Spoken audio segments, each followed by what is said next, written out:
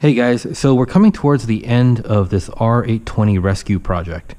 Up until this point, we've replaced the main motherboard, although then I was able to, I guess, figure out why the original motherboard wasn't working and got that to work.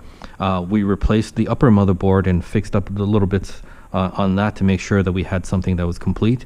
And we've tested all 4 sockets and all memory banks. So this machine is now fully populated with all DIMMs, and we know all those DIMMs are recognized. So from a hardware perspective, I think we've pretty much gotten to the point where we want to be with basically rescuing this R820, which was originally destined to be scrapped.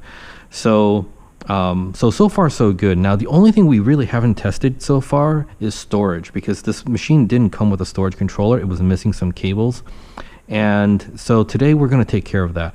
I've got here 8 SSDs. These are Intel DC-S3710s, and I'm going to populate the entire backplane with these SSDs. Now, like I said, this machine had so many problems. I don't really trust any component in this unless I've actually tested it myself.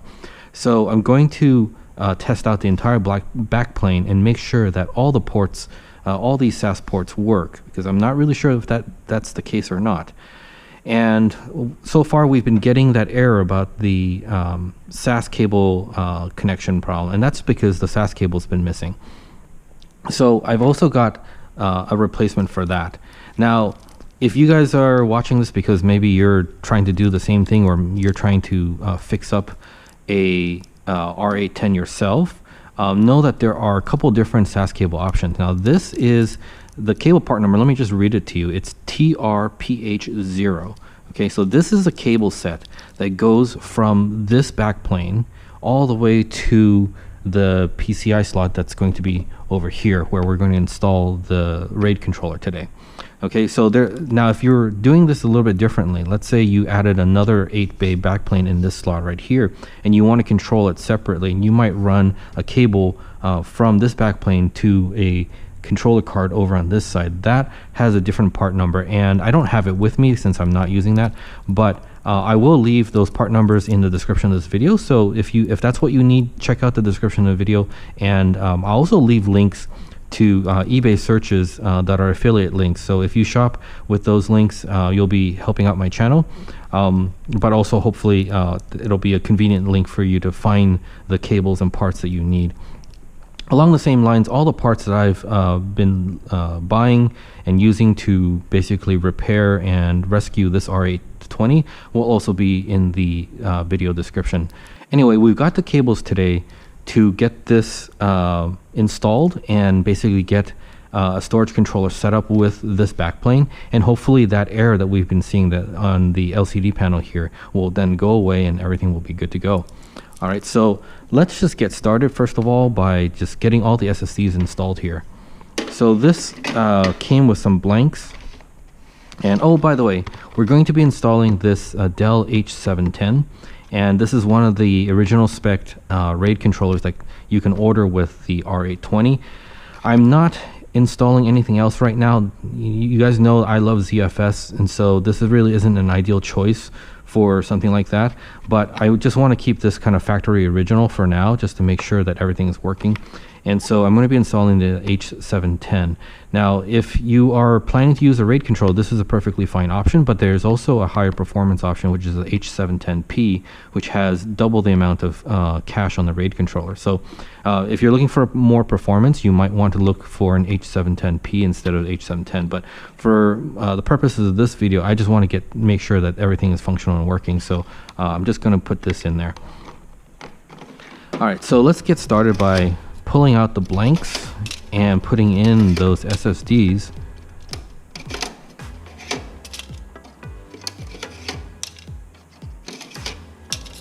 All right, so let me put these blanks aside.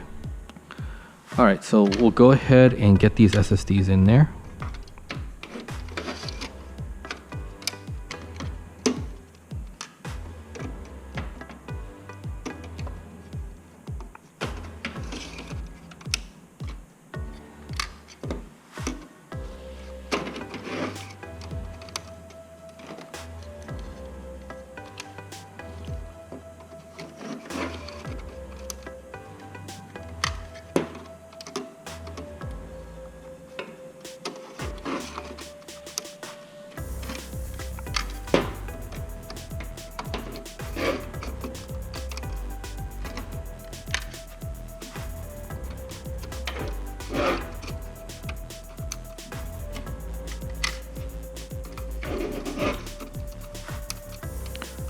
All right, so those are all the SSDs that's fully populated. We got to connect the cables and install this card. So let me switch over to the overhead camera to do that and show you guys how that's done. All right, guys, so I have the lid of the R820 removed, and as you can see, all the memory banks are fully populated. We know all this works right now. We're going to install the cable that goes from the backplane over here. And it's going to be routed through the channel over here, and then to the RAID controller that's going to be in this riser 3 area. So we'll get all that installed, but in order to do that, I have to remove the second upper motherboard, and I have to remove the fans in order to route the cables through here. So I'm going to go ahead and do that first.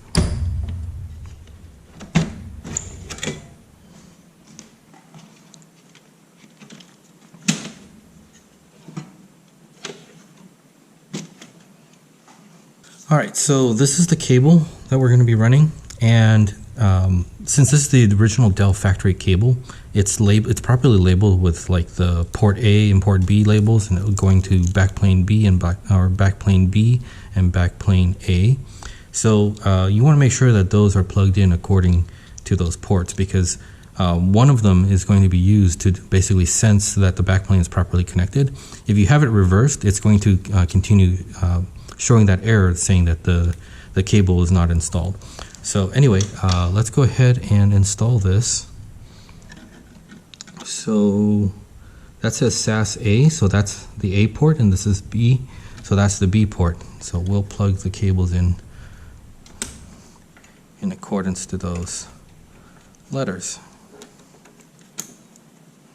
All right, so a nice thing about using the factory cable, now I don't think this cable is special in any particular way, so you could use an aftermarket option, but the nice thing about the factory cable is that they're cut at exactly the right length for the application, and these are fairly high quality cables, and as well they're properly labeled.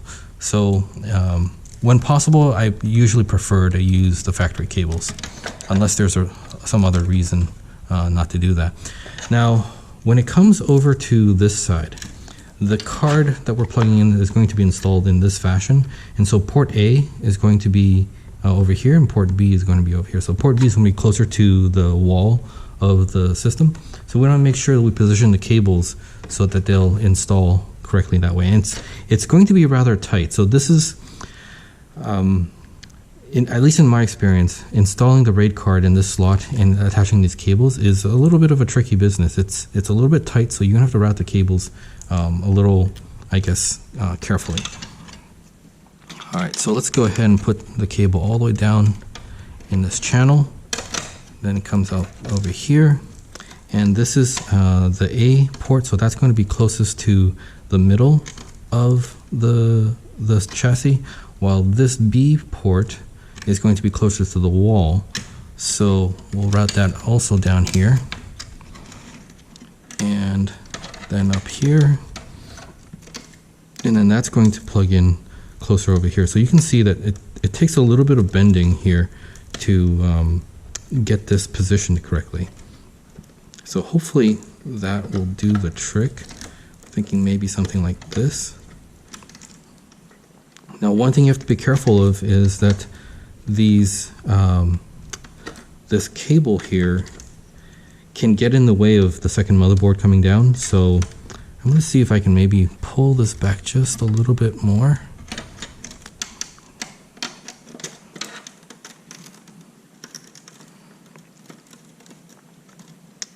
And just fold this a little bit more like that.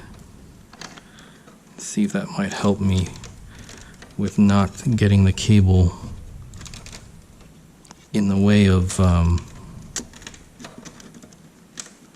second motherboard. All right, so hopefully, I don't know if that adjusted enough, but we'll see what happens. All right, in any case, that should do the trick for me to get the fan back in, and we'll get the second motherboard on and see how this fits over here. All right.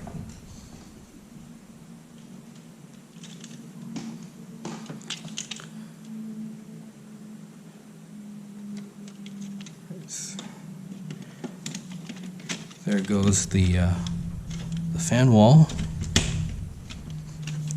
Okay. And then the motherboard.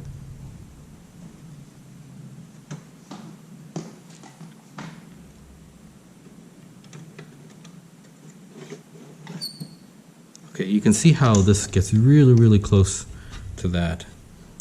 All right.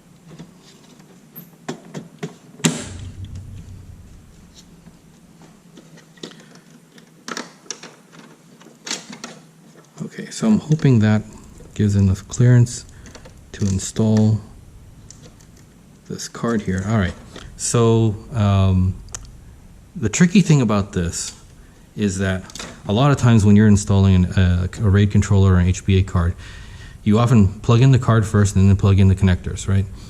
In this case, I've found that that's rather difficult. So I'm going to actually position the card, plug in the cables first, and then install the card in the PCI slot. And that usually works out a little bit better with this particular case, at least. All right, so 1 second, let me set that up. All right, so I'm going to go ahead and open the card. Now this card is slightly modified. It is, you know, an H710, but I put a nicer bracket. Dell has a pretty plain bracket here, and that's fine. It works. I just kind of like this bracket. Has a better finish to it and has these ventilation holes. This comes from a SAS3 LSI card, and I just happen to have some of these laying around, so I swapped out the brackets. All right, so this is going to go in this slot over here. So we have to open up this thingy. I don't know what you call it, but it's like a retention clip or something like that. And this is going to go in the bottom slot down here. So before I install that, where I'm going to plug in the SAS cables first. So port A goes to port A. Let's make sure we get that right. And then port B goes to port B.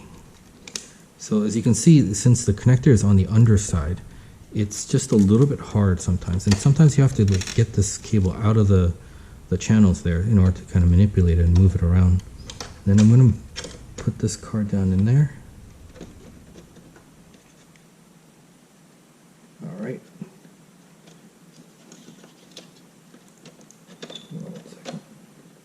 Okay. So there's also a little clip over here where the corner of the card is kind of held onto, so you want to make sure you slide the card into that little corner, and then press that down.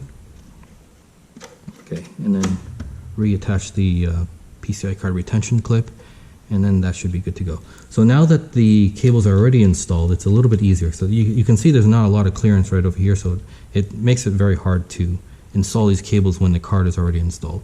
But now I can just manipulate the cables a little bit and get everything into position.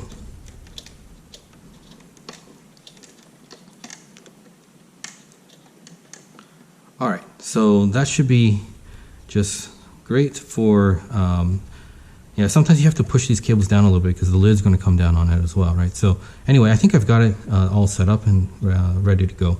So we're going to go ahead and put the lid back on. All right, guys, so I've got the lid back on. We basically have all the storage hardware installed now. We've got the SSDs on the backplane, we've got the SAS cable, we've got the H710 RAID controller all set up. Now, the final step to completing this rescue project is I want to update all the firmware, the BIOS, and everything on the system and make sure that all of this works. So, so that's going to be our next step, and then we're going to wrap this up, and basically we will have concluded our R820 rescue project here. Okay guys, here I am at the Idrac web interface, and I run into a slight problem here. And remember, this is the motherboard that originally didn't work and now it's working, but I guess I'm using the default Dell password for Idrac, which is root and Calvin, and if I try to log in here with that, it says that username and password is not correct. So obviously it's not its default configuration. I don't want to reboot the server to go into the Idrac in order to reset it. So since I'm already booted up, I've already booted the system with a Linux CentOS 7 install. I'm just going to log in via SSH, and I'm going to use RACADM to reset the Idrac configuration. So if you guys aren't aware, you can install this program called RACADM, and you can basically manipulate or communicate with the Idrac and do all sorts of things. So just as an example, if I do rack ADM help, I'll pipe this into more. You'll see these are all sorts of commands that you can run. And what I'm going to do here is, let's see, I think I probably just passed it right here, rack reset config. Alright, so this will factory reset the Idrac configuration, and then I'll be able to use the default login, which is root and password Calvin. So let's go ahead and do that. So rack reset config. So you're gonna have to wait a little bit for this to happen. I'm just gonna give this a few minutes and come back. Okay, actually, you know what I just realized? If you set the default configuration for the Idrac, it goes to a static IP address. It does not use DHCP, so it's not going to come back on this 239 address. So actually, I bet it's already up, but if I get the getNIC config, so this will show me the configuration on the network interface for the Idrac. I bet it's going to be that, yeah. And so it's going to go back to the default static address of 192.168.0.120. So I need to change this to DHCP and then reset it. So let's do, I think set nic config-d. We'll set it to DHCP. And we'll probably have to reset it again. So I'll do rack reset. And instead of resetting the configuration, I'm just going to reset the Idrac so that it'll force it to basically power cycle it and hopefully get the DHCP address. Okay, as you can see, we're able to ping the .239 address again. So DHCP probably gave it the same address once we set it to DHCP. Let's see if we can reload now. Awesome. Alright, so yep, you can see this is the R820, and hopefully we should be able to log in now with the default credentials. Alright, so yep, it looks like we're able to log in now, and the thing I want to do right now is update the Idrac firmware.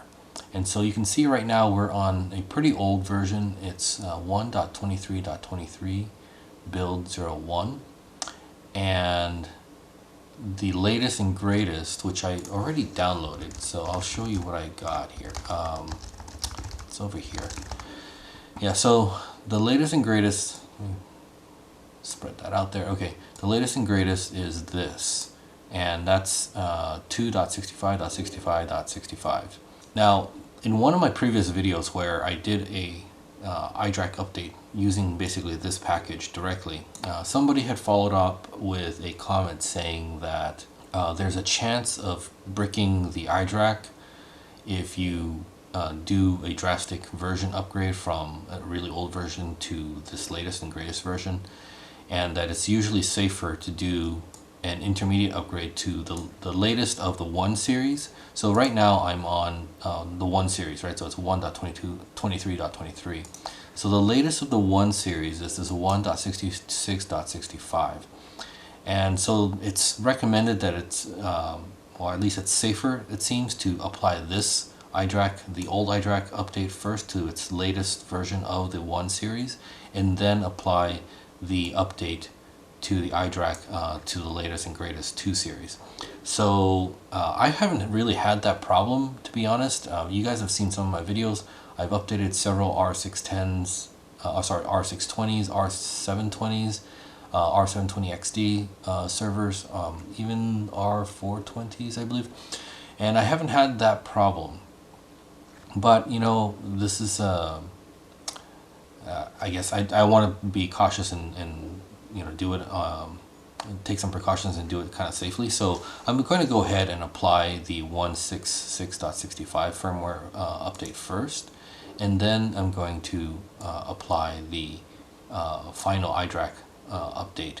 Now, I'm doing these steps manually because the Idrac, the older Idrac on the system, usually has problems downloading the updates through the Lifecycle Controller. So I need to do this manually in order to get the latest Idrac with Lifecycle Controller firmware, which is this one. And then after that, I can use the Lifecycle Controller to update the rest of the firmwares on the system, including the BIOS and all that. So that's the objective here, to get this R820 rescued server fully up to date. And so in order to do that, before I do the firmware updates, I'm not going to do it over SSH. You guys might recall from my other videos that I usually avoid trying to do that just in case the connection gets severed. So I'd rather do it with the Idrac interface. And that way, if the connection does get severed, it's not going to interrupt the unable to launch the application. Alright guys, figured it out. I should have followed my own advice because I know I made a couple of videos showing you guys how to get the Idrac virtual KVM Java applet to work. And basically I forgot to add this IP address to the security exceptions list. So you'll see here, this is at 239 and I have 239 in there now, but I didn't before, and so that's why it wasn't able to run that application. So anyway, if you guys run into that, go check out the 2 other videos I've made about this topic. I forgot my own advice. But anyway, now that we have this working, let's go ahead and log in. So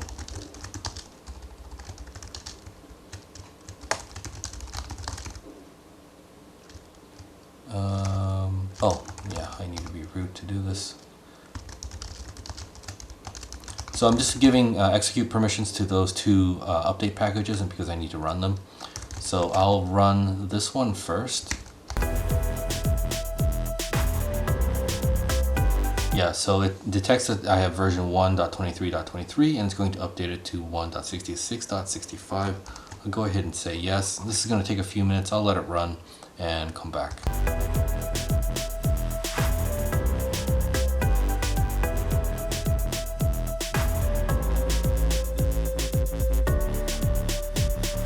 Okay guys, it looks like the Idrac firmware applied and reset itself, so I got disconnected here. I'm going to wait a little bit for the Idrac to come back online and then we'll try to log in again. Alright, so yeah, we got the 166.65 firmware update. So that part succeeded, and I'll go ahead and launch the virtual KVM again and see if we can apply the next update. So we're on the latest and greatest 1 series Idrac firmware, and next we're going to apply the 2 series update to the latest and greatest, and this is the one that includes the Lifecycle Controller.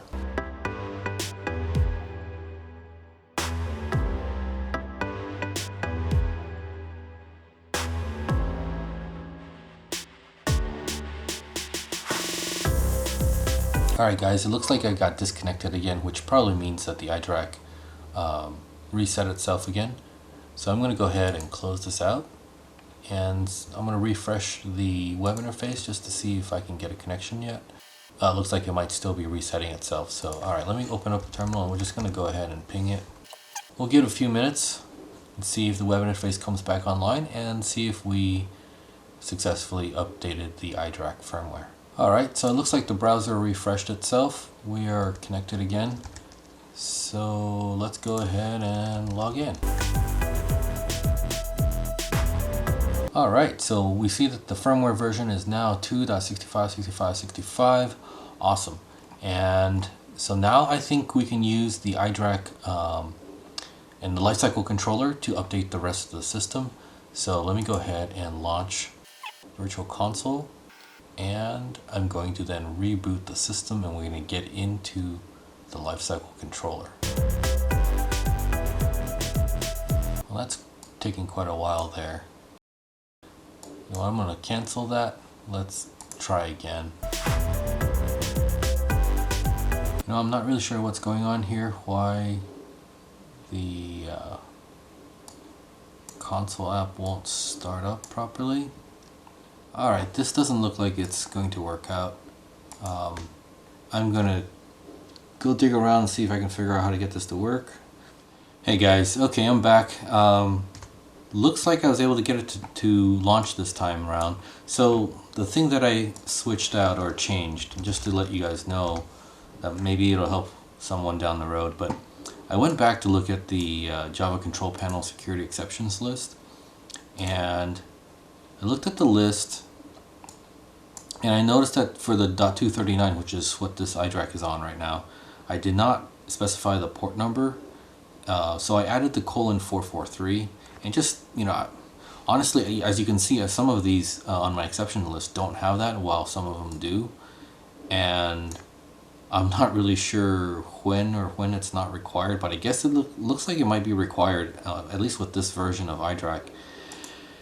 So I added the port number to the exceptions list for this IP address, and then restarted the Idrac Virtual Console, and it seems to work. So I don't know 100% if that really, that was the only change I made. When I stopped the recording, that was the first thing I did, and then I launched it and it worked. So I have a feeling that that's the difference, or it could just be randomly working again, and regardless of whether that change had an effect or not. But anyway, in case you run into that might be something worthwhile trying out, just adding the port number to the exceptions list. It seems to work right now. So the strange thing is, usually when there's a problem where it's blocking an application because it's not on the exceptions list, you would get an error stating something along those lines. In the case, as you saw earlier, it just got stuck doing the verifying application step. So that was just really strange. Not really expected. But anyway, there's no end of fun with these Java, virtual KVM applications, right? Like, I'm so glad that the more modern servers are getting away from this Java junk, but it's just, yeah. All right, anyway, we're back here. So at this point, I'm going to try to use the Lifecycle Controller to update the rest of the system. So I'm just going to go ahead and reboot and see if we can get into the Lifecycle Controller. Alright, so I pressed F10, and now it says entering Lifecycle Controller.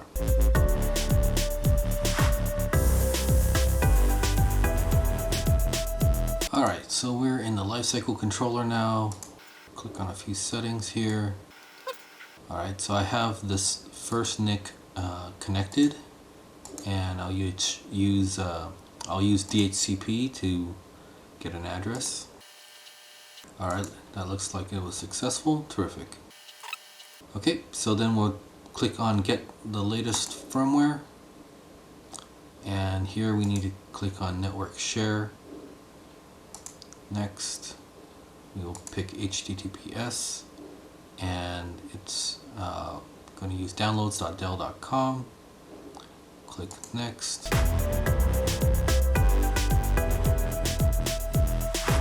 Well guys, I'm not sure what's going on here, but it's been stuck at this connecting to network share for quite a while. So I kind of suspect that the process is stuck somehow. I'm going to go ahead and just power cycle this. It's not applying any firmware or anything yet, so let's see if we can try it again and see what happens.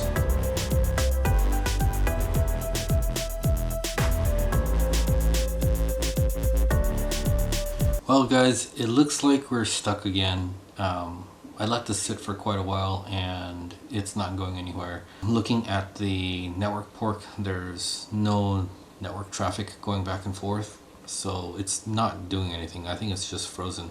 At this point, I think I'm going to try to apply the firmware and BIOS updates manually in the operating system rather than through the Lifecycle Controller. I've just spent too much time waiting for this thing to work now, so well, as is usual with these things, there's no shortage of surprises and unexpected events. Well guys, I don't know what happened, but I decided to give it another try. But this time around, and I didn't record this, I just turned on the screen recorder. I went into the network settings first, chose DHCP again, manually, select apply, shot back an error, then tried again, got an IP address from a DHCP server. Then I got out of that, went into platform updates, and it seems to be working right now. So it was able to download the catalog and identified the items that need to be updated here. So this is good. Hopefully it's not going to have any problems while downloading the actual firmwares. But at this point, this looks correct. Alright, so I'm going to go ahead and just click apply here, and hopefully it's going to be able to successfully download everything. Alright, it failed on this enterprise UEFI diagnostic. I'm suspecting it's trying these in order and it's kicking it out when it fails on the first one. So I'm going to try unchecking this one and see if it'll at least proceed to the others. And maybe we'll make some progress here, and then I can come back and maybe manually apply this enterprise UEFI diagnostic thing. Alright, I'm going to try this again with that one unchecked.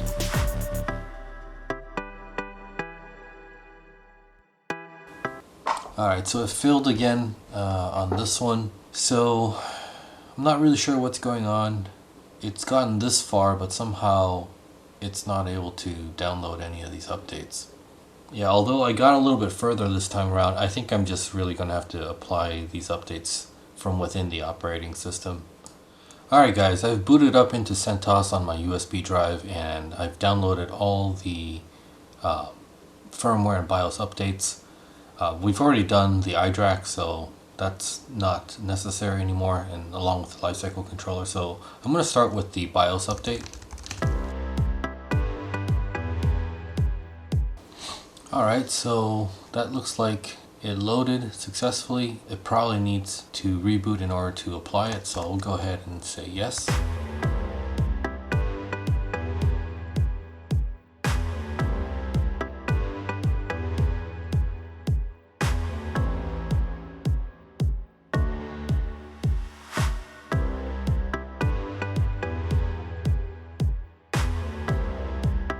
Alright guys, looks like we got the BIOS updated.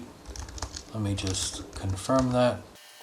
Yep, we're now on BIOS 2.7.0, dated January 7, 2020. Alright, so at least we got that to work successfully. I'm going to go do the diagnostic stuff next.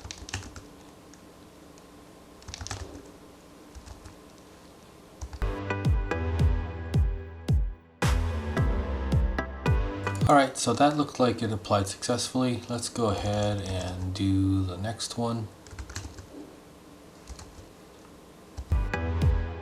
Alright, it's saying that this package is not compatible. Alright, I'm just going to go ahead and skip it and move on to the next thing here.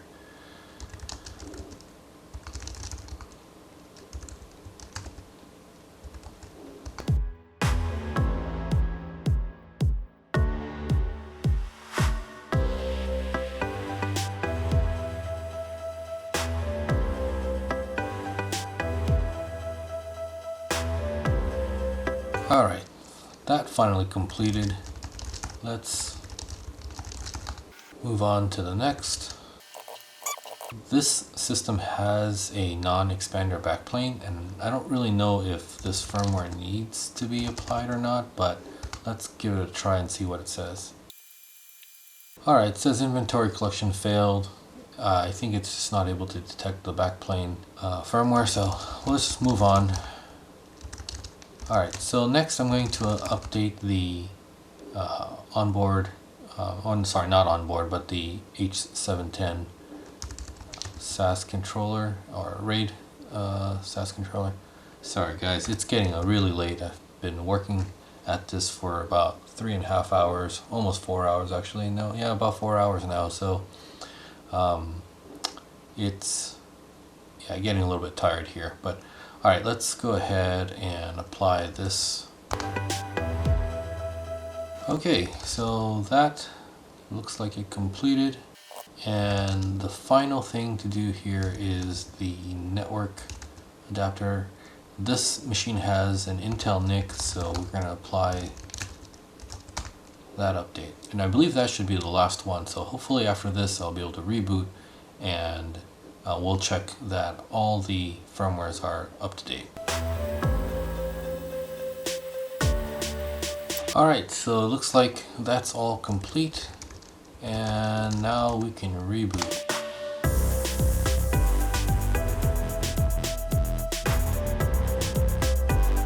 Alright, I'm going to use the Lifecycle Controller just to kind of double check that all the firmwares and everything are updated. Before I go in there, let me go back into network settings. I want to make sure that we have network connectivity. Then we'll go to launch firmware update. What I'm hoping for is we'll download the catalog and compare it against the existing versions that are currently on the server and show that there are no necessary updates. Alright, so it looks like it's still saying that this OS collector, oh, that was probably the one that didn't succeed. And I'm not really sure why. But everything else is up to date.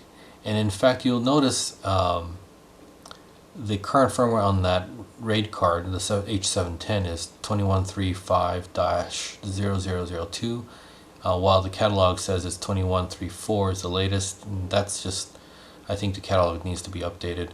But from my experience updating the other servers I have around here, like the 620 and the 720, I knew that there was a newer version for the H710, so I actually went and downloaded that separately by searching for it under the R720. Everything looks good except this OS collector package, so I'm going to go ahead and see if I can update it through here. I know earlier today when we tried this it didn't really work, but let me just try this one and see if it works. If it doesn't work, then oh well. Well, it looks like it was able to download that update, and it's now currently trying to apply it. So great. I'll let this finish up, and that should be the end of all the updates for the server. And basically we would have a fully rescued R820 with fully updated BIOS and firmwares. So anyway, I'm going to just let this finish, and then I'll be back.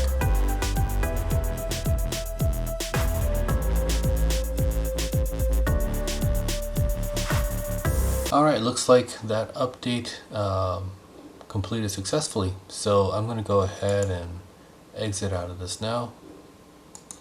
Alright guys, we're just wrapping up here. We've got the R820 fully working, and with the latest and greatest updates on the firmware and BIOS. Just want to show you that that is the case.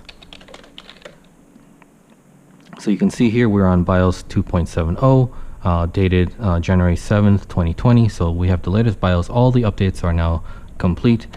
And we want to make sure that all the drives in the backplane work. So you can see all the status LEDs are green. So that's a good indicator, and I don't have any warnings. Normally if there was a problem, there would be a warning. But also just to double check, we're going to run Mega CLI, and we'll do a PD list -A0, and there's going to be a lot of information coming out of that command, so I'm going to narrow it down to we're going to look at the slot number and then look for data. So that'll tell us that particular field will have the drive model number and such. So all right, so let's go ahead and run that. And so yeah, we can see that we have slots 0 through 7 populated, and it detects these SSD drives in each one of those slots. So oops.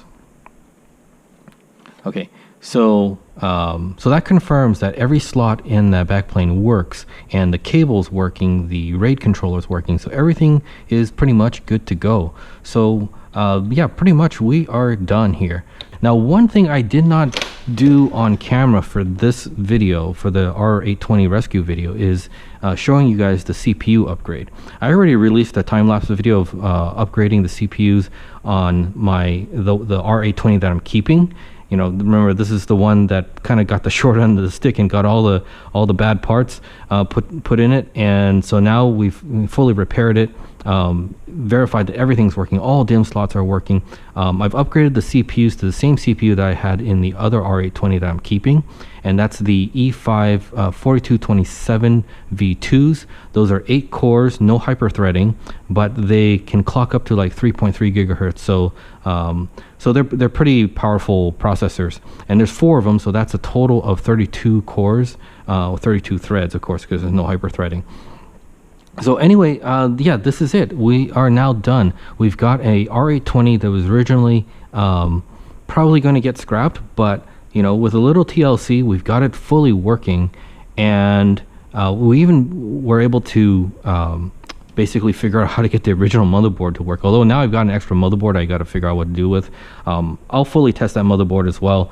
We already know it worked because we swapped it in and it worked at that point, but I want to fully test it again. And at that point, I'll probably put it on my eBay store for sale. But anyway, I probably could have, you know, gotten away with not getting that motherboard. I just didn't know that I had mismatched processors in here at that point in time, and so I ordered the motherboard. But anyway, we got the original motherboard working, which is great because that means that the service tag and the MAC address information on this this tag here are consistent with what's on the motherboard. So that's, you know, that would have been the preferred outcome, and in fact it is. So that's great. Anyway, I'm really happy to come to a point where I can say that this R820 is now fully functional again and verified completely working. So I don't need this machine because I originally got, you know, one of these and for my own use, and that one's working fine. But I'm gonna probably put this up for sale. So you guys, if any of you guys are interested in getting this makes for an awesome hypervisor machine, by the way. So if you guys are interested in this machine, you know all the TLC and love and care I've put into this to make sure that this is working properly. So anyway, if you're interested in this, you know, feel free to reach out to me. You can find my contact information on the About page of my channel, or you can go to artiserve.com and you can find my contact information there, as well as all the social media outlets that I have an account on. So anyway, love to see this thing go to a new home and a good home, and continue serving a great purpose, probably as a hypervisor or something like that. On the R820 that I'm keeping, I will be making a couple of videos setting up hypervisor. I haven't decided which hypervisor, so I'm just going to say I'm going to set up a hypervisor, but I'm thinking maybe Overt, maybe something else, I don't know. But, you know, any one of them would work great. But anyway, so I just don't want to say exactly what I'm going to do yet because I haven't decided.